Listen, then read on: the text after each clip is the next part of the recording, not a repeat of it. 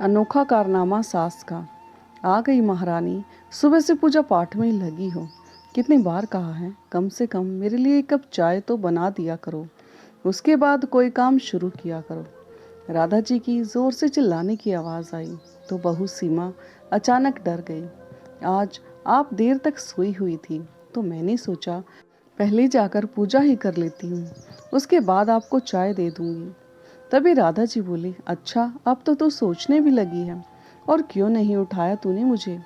तू तो यही सोच रही होगी कि बुढ़िया सोती ही रह जाए, उठे ही नहीं। भगवान से यही मांगती होगी बुढ़िया सीधे टै बोल जाए। बहू, भगवान के लिए ऐसा न कहे माँ जी, मैं क्यों सोचूंगी ऐसा आपके लिए, आपको तो मेरी भी उम्र लग जाए। सास, हाँ हाँ, अब तो बातें तो कोई तुझसे बनाना सीखे, बातें बनाने में तू बड़ी होशियार है। बहू, माँ जी मैं अभी चाय लाती हूँ। वह बिना सास की बात सुने ही रसोई घर में चली गई। घर में रोज ही अक्सर ऐसी बातें होती रहती थी। कोई भी दिन ऐसा नहीं जाता था जब राधा देवी अपनी बहू को कुछ खरी खोटी न सुना दे। पर बहू भी न जाने किस मिट्टी की बनी हुई थी कि सब कुछ चुपचाप सुनती रहती थी और उतने ही प्रेम से सब काम करती जाती थी। वह सास की सेवा कुछ ज्यादा ही प्रेम भाव से करती थी, पर उसकी की गई सेवा का कोई असर राधा देवी पर नहीं होता था, दिखाई दे रहा था। यह तो रोज की बातें थी जो राधा देवी अपनी बहू को सुनाया करती थी। पर उनकी बहू भी न जाने किस मिट्टी की बनी थी। राधा जी जितने कड़वे शब्द बोलती, बहू उतने ही प्रेम भाव से उनकी सेवा करती। पूरा घर उनकी इन बातों को सुनता रहता था। न कभी कोई बोलता और न ही कोई प्रतिक्रिया देता। सेठ हरि प्रसाद शहर के जाने माने रईस थे। आयु 58 वर्ष थी। राधा देवी इन्हीं की धर्मपत्नी का नाम है। इनकी आयु 56 वर्ष थी। इनका एक सुपुत्र भी है जिसका नाम राहुल, उसकी उम्र 26 वर्ष है, और एक सुपुत्री जिसका नाम रूपाली, उसकी उम्र 21 वर्ष है। सेठ हरि प्रसाद जी शहर के जाने माने रईस तो थे ही, साथ ही वे बड़े समाज सेवी भी हैं। शहर में जब कोई भी सामाजिक कार्य होता तो वह हमेशा बढ़ चढ़कर हिस्सा लेते हैं, इसलिए उनका शहर में बहुत सम्मान भी किया जाता है। कई बार राजनीतिक पार्टियों ने सेठ जी को नगर पालिका का चुनाव लड़ने के लिए भी टिकट भी देना चाहा, पर हर बार बहुत ही विनम्रता पूर्वक मना कर देते। कारोबार उनका पुत्र राहुल ही देखता है। पिछले 2 सालों से उसे ही पूरा काम सौंप दिया गया है। कभी कभी ऑफिस चले जाते हैं और राहुल भी कारोबार के सिलसिले में उनसे सलाह मशवरा करता रहता है। सेठ जी की पुत्री, जो कि हिंदी साहित्य बीए फाइनल ईयर में है, सेठ जी उसके लिए अब सुयोग्य वर की खोज में थे। इंतजार था कि उनकी खोज पूरी हो और वह अपनी बेटी के हाथ पीले कर दें। घर में वैसे नौकर चाकर की कोई कमी नहीं थी, पर राधा देवी को तो बस उनकी बहू सीमा से ही हर काम को करवाने की आदत हो गई है। सीमा अपनी सास की बातों का बुरा नहीं मानती है, बस उनकी ही सेवा में लगी रहती है। रूपाली को यह देख बहुत बुरा लगता कि भाभी हमेशा माँ की सेवा में लगी रहती है, पर माँ तो कोई भी मौका नहीं छोड़ती भाभी को बातें सुनाने का। बस यही बात रूपाली को सबसे ज्यादा बुरी लगती, पर वह कुछ भी नहीं कह सकती थी। माँ ने कसम जो दे रखी थी, रूपाली अपनी भाभी की हम उम्र थी, इसलिए भाभी उसकी अच्छी सहेली बन गई थी। वह भाभी से सभी प्रकार की बातें कर लिया करती थी। माँ के व्यवहार के लिए माफ़ी भी मांगती रहती थी, पर हर बार सीमा कहती, तुम्हें माफ़ी मांगने की कोई ज़रूरत नहीं है। वह जैसे तुम्हारी माँ है वैसे ही मेरी भी माँ है। वह बड़ी है, यदि डांट भी दिया तो क्या हो गया।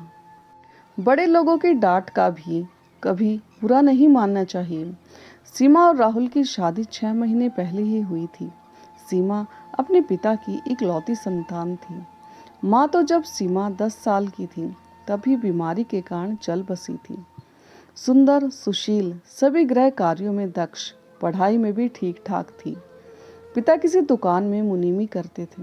परिवार की आर्थिक स्थिति ज्यादा खास तो नहीं थी, पर उसका भरण पोषण आराम से हो जाता था।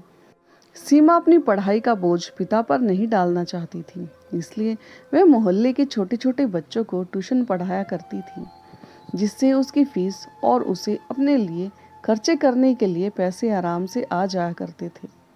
सीमा ने पिछले ही साल अपनी स्नातक यानी कि ग्रेजुएशन की पढ़ाई पूरी की थी और अब परास्नातक यानी कि पोस्ट ग्रेजुएशन में अध्ययन थी। सीमा ने परास्नातक के लिए शहर के ही निजी कॉलेज में दाखिला ले लिया था। कॉलेज में स्वतंत्रता दिवस का समारोह होने वाला था, जिसमें सीमा ने गीत गायन प्रतियोगिता में हिस्सा लिया था। इस कार्यक्रम में मुख्य अतिथि के तौर पर सेठ हरिप्रसाद जी को आमंत्रित किया गया था। उनके साथ उनकी पत्नी राधा देवी एवं उनकी बेटी रूपाली भी कार्यक्रम में आए हुए थे।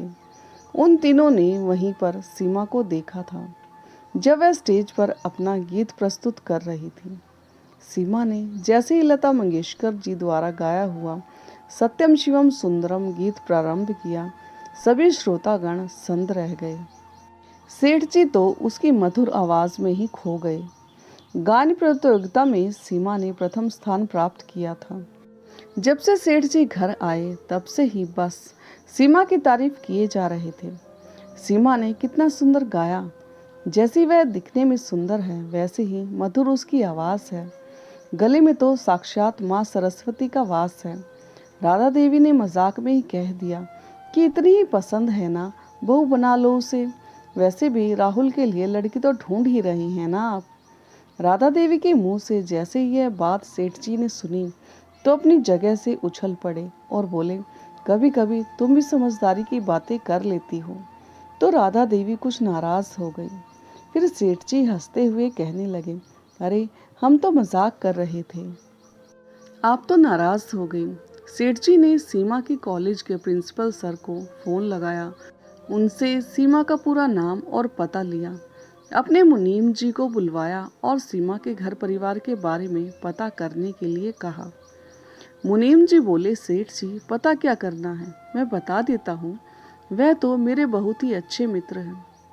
पत्नी का देहांत हुए लगभग 12 वर्ष हो गए हैं। तब से घर में दोनों बाप बेटे ही केवल रहते हैं। वह सेठ रामलाल जी के यहाँ लगभग 20 सालों से मुनीमी कर रहे हैं। रामलाल जी उन्हें अपने घर का सदस्य ही मानते हैं। मुनीम जी ने आगे बताया कि सीमा तो साक्षात देवी का रूप है। वह जिस घर में जाएगी उस घर को स्वर्ग बना देगी। सेठ जी ने राधा देवी से अपने मन की बात कही कि वह सीमा को अपने घर की बहू बनाना चाहते हैं।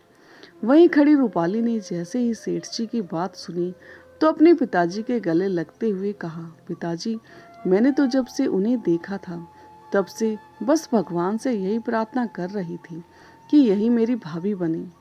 राधा देवी ने कहा, बस सब ठीक है, लड़की मुझे भी पसंद है, पर हमारी और उनकी आर्थिक व सामाजिक परिस्थितियों में बहुत अंतर है। बिन माँ की लड़की है तो क्या वह निभा पाएगी? सेठ जी ने कहा कि क्यों नहीं निभा पाएगी, धीरे धीरे सब सीख जाएगी।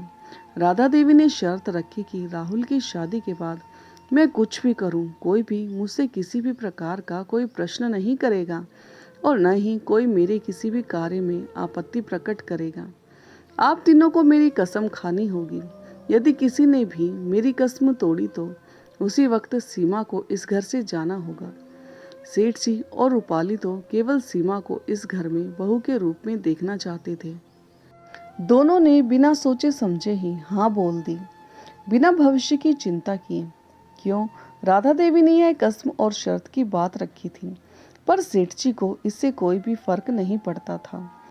उन्हें तो बस केवल इसी बात की खुशी थी कि अब सीमा जैसी सुशील लड़की उनके घर की बहू बनने जा रही है। राहुल ने जब इन सब बातों के बारे में पूछा तो उसने यह कह दिया कि पिताजी को लड़की पसंद है और उन्हें माँ की शर्त एवं कसम से कोई परेशानी नहीं है, तो मुझे भी कोई समस्या नहीं है। मैं विवाह के लिए तैयार हूँ। सेठ जी ने रामलाल जी को फोन किया और उन्हें अपने मुनीम जी को कल की छुट्टी लेने के लिए निवेदन किया। सेठ जी, हम कहाँ और आप कहाँ? आपकी और हमारी स्थितियों में जमीन आसमान का अंतर है। यदि मैं अपनी पूरी संपत्ति और स्वयं को भी बेच दूं तो भी आपके 10% भी न पहुंच पाऊंगा, तो यह संबंध कैसे संभव होगा? सीमा के पिताजी ने कहा। सेठ जी समझ गए कि शर्मा जी दहेज की बात कर रहे हैं। आज के समाज में यही तो सबसे बड़ी समस्या है कि बेटी के पिता को संसार की सभी समस्याएं एक और बेटी के दहेज की समस्या एक और। आज का समाज चाहे कितना ही आगे क्यों ना बढ़ जाए, कितना ही मॉडर्न, कितना ही डिजिटल क्यों ना हो जाए, पर यह दहेज रूपी राक्षस हमेशा अपना मुंह बाए बेटे के पिता के सामने सदा ही खड़ा रहता है। कन्या भ्रूण हत्या इसी समस्या के कारण ही की जाती है, जो कि पढ़े लिखे समाज में ज्यादा होती है। जो लोग कन्या भ्रूण हत्या करते हैं वही लोग फिर नवरात्रि में कन्या पूजन के लिए कन्याओं को खोजते फिरते हैं। सेठ जी ने कुछ सोच विचार के फिर से कहा, शर्मा जी, कोई पिता जब अपनी बेटी का कन्यादान करता है तो उससे और कुछ मांगना व्यर्थ होता है, क्योंकि वह अपने जीवन भर की पूंजी, अपना गर्व, अपना अभिमान, अपनी लाडली, अपने सबसे प्यारे कलेजे के टुकड़े को लड़के वालों को सौंप देता है। इस दान के आगे भौतिक सुख सुविधाएं वाली सभी वस्तुओं को बहुत ही तुच्छ है।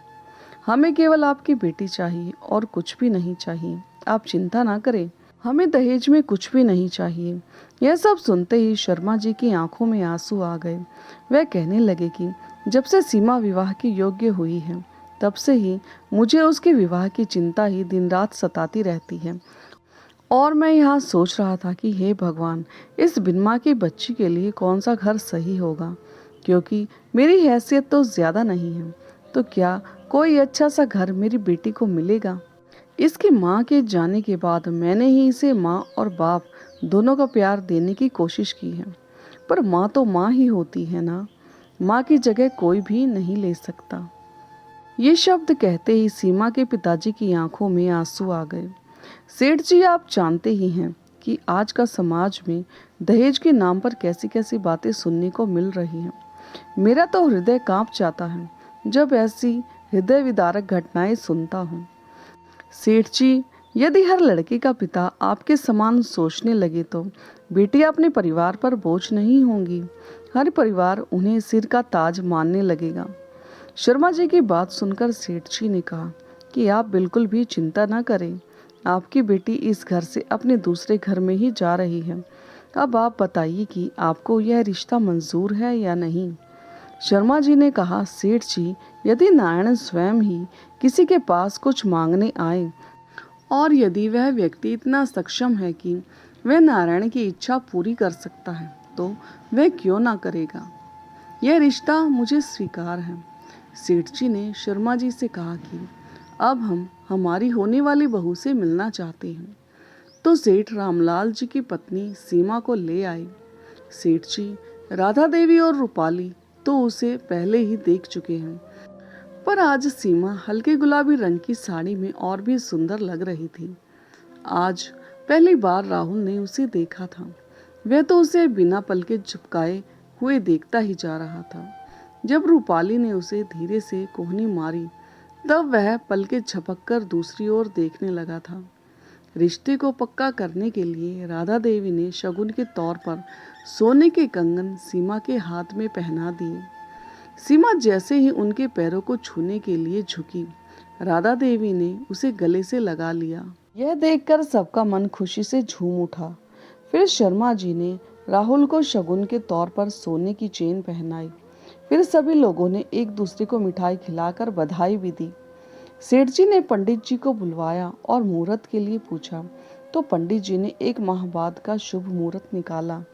1 माह बाद सीमा अपने नए घर में बहू बनकर आ गई। उसे यहाँ पिता समान ससुर, माँ समान सास और बहन समान ननद और एक बहुत ही समझदार दोस्त राहुल मिल गया था। राहुल ने विवाह के बाद उससे कहा कि वह पति का रिश्ता बाद में निभाएगा, पहले वह सीमा से दोस्ती करना चाहता है। सीमा भी इस बात के लिए खुशी खुशी तैयार हो गई।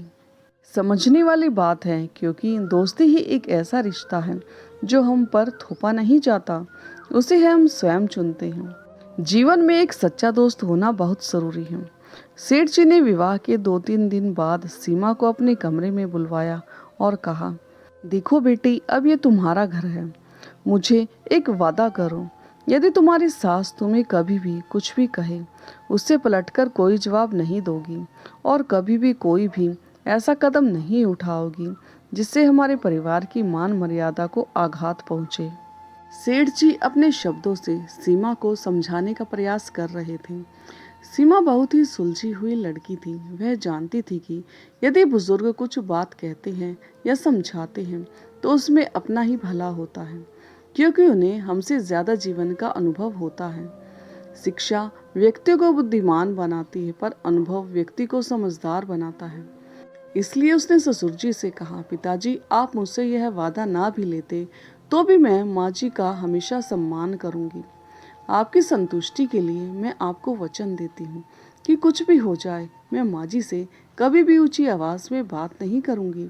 सदा ही इस घर की मान मर्यादा को बनाए रखूंगी। आपके मान सम्मान में कभी भी कोई भी कारण आंच नहीं आने दूंगी। मेरी तरफ से आप चिंता मत कीजिएगा, मैं आपसे वादा करती हूँ। कुछ रुककर सीमा ने कहा, पिताजी बचपन में ही मेरी माँ मुझे छोड़कर चली गई थी। अब इतने सालों बाद मुझे भगवान ने माँ से फिर से मिलाया है, तो उन्हें कभी भी दुख पहुँचाने का तो मैं सपने में भी नहीं सोच सकती। इतना सुनते ही सेठ जी ने सीमा के सिर पर बड़े ही प्यार से हाथ रखा और कहा, बेटी शायद मैंने पिछले जन्म में कोई पुण्य कर्म किए होंगे, तब मुझे तुम्हारी जैसी बहू मिली। हमेशा खुश रहो मेरी बच्ची। सीमा ने कहा, पिताजी मुझे पिछले जन्म का तो पता नहीं, शायद बचपन से ही मैंने भगवान की पूजा की है और उनसे कभी कुछ नहीं मांगा, तो भगवान ने मुझे मेरी पूजा का फल दिया है। इस परिवार के रूप में आप लोगों ने मुझे अपनी बहू के रूप में स्वीकार किया है। यह मेरे लिए बड़े ही सौभाग्य की बात है कि मुझे आप जैसे धर्मात्मा की सेवा करने का अवसर प्राप्त हुआ है। सीमा की बातों से मधुरता छलक रही थी। सेठ जी सीमा की बातें सुनकर मुस्कुरा दिए और कहा कि अब जाओ अपना काम करो और मेरे लिए चाय भिजवा देना। जी अभी भिजवाती हूँ, यह कहते हुए सीमा कमरे से बाहर निकल आई। विवाह के एक सप्ताह के भीतर ही सभी मेहमान अपने अपने घर चले गए। अब केवल घर में नौकर और घर के सभी सदस्य ही बाकी बचे थे। राधा देवी अब हर बात के लिए सीमा को पुकारती थी और यदि उसे आने में थोड़ा भी समय लग जाता था तो उसे बहुत ही खरी खोटी सुनाती थी। यह सब देखकर परिवार वाले कुछ बोल भी नहीं पाते थे, क्योंकि उन्हें राधा देवी की शर्त और कसम की याद आ जाती थी। एक दिन सेठ जी की बहन, जो कि उसी शहर में रहती थी, जो सेठ जी से बड़ी थी, उनके घर पर सत्यनारायण जी की कथा होनी थी। सेठ जी के घर से सभी को बुलवाया गया था। बहन ने रूपाली, राहुल और सीमा को एक दिन पहले ही आने को बोला था, तो वे लोग चले गए थे। जब दूसरे दिन सेठ जी जाने को तैयार हुए तो राधा देवी ने कहा, आप चलो, मुझे मंदिर जाना है, उसके बाद मैं सीधा आ जाऊंगी। सेठ जी ने शर्त के कारण राधा जी से कोई प्रश्न नहीं किया और वह चुपचाप चले गए। सेठ जी अब कभी कभी बहुत पछताते कि उन्होंने बिना विचार किए ही उन्हें अपनी पत्नी को कसम क्यों दे दी, पर जब भी वह सीमा को देखते तो उन्हें अपनी गलती पर कोई पछतावा नहीं होता। 4 घंटे बाद राधा देवी भी ननंद के घर पहुंच गई। कथा समापन के बाद प्रसाद ग्रहण करके सभी लोग अपने अपने घर चले गए। सेठ जी भी अपने परिवार के साथ अपने घर की ओर रवाना हो गए।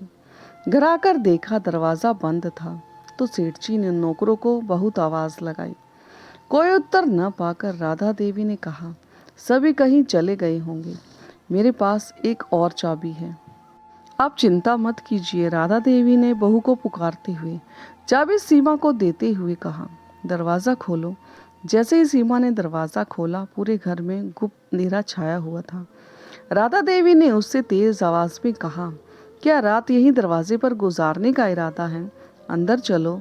जैसे ही सीमा ने अपना एक कदम आगे बढ़ाया, पूरे घर की लाइट अचानक जल गई और चारों ओर रोशनी हो गई।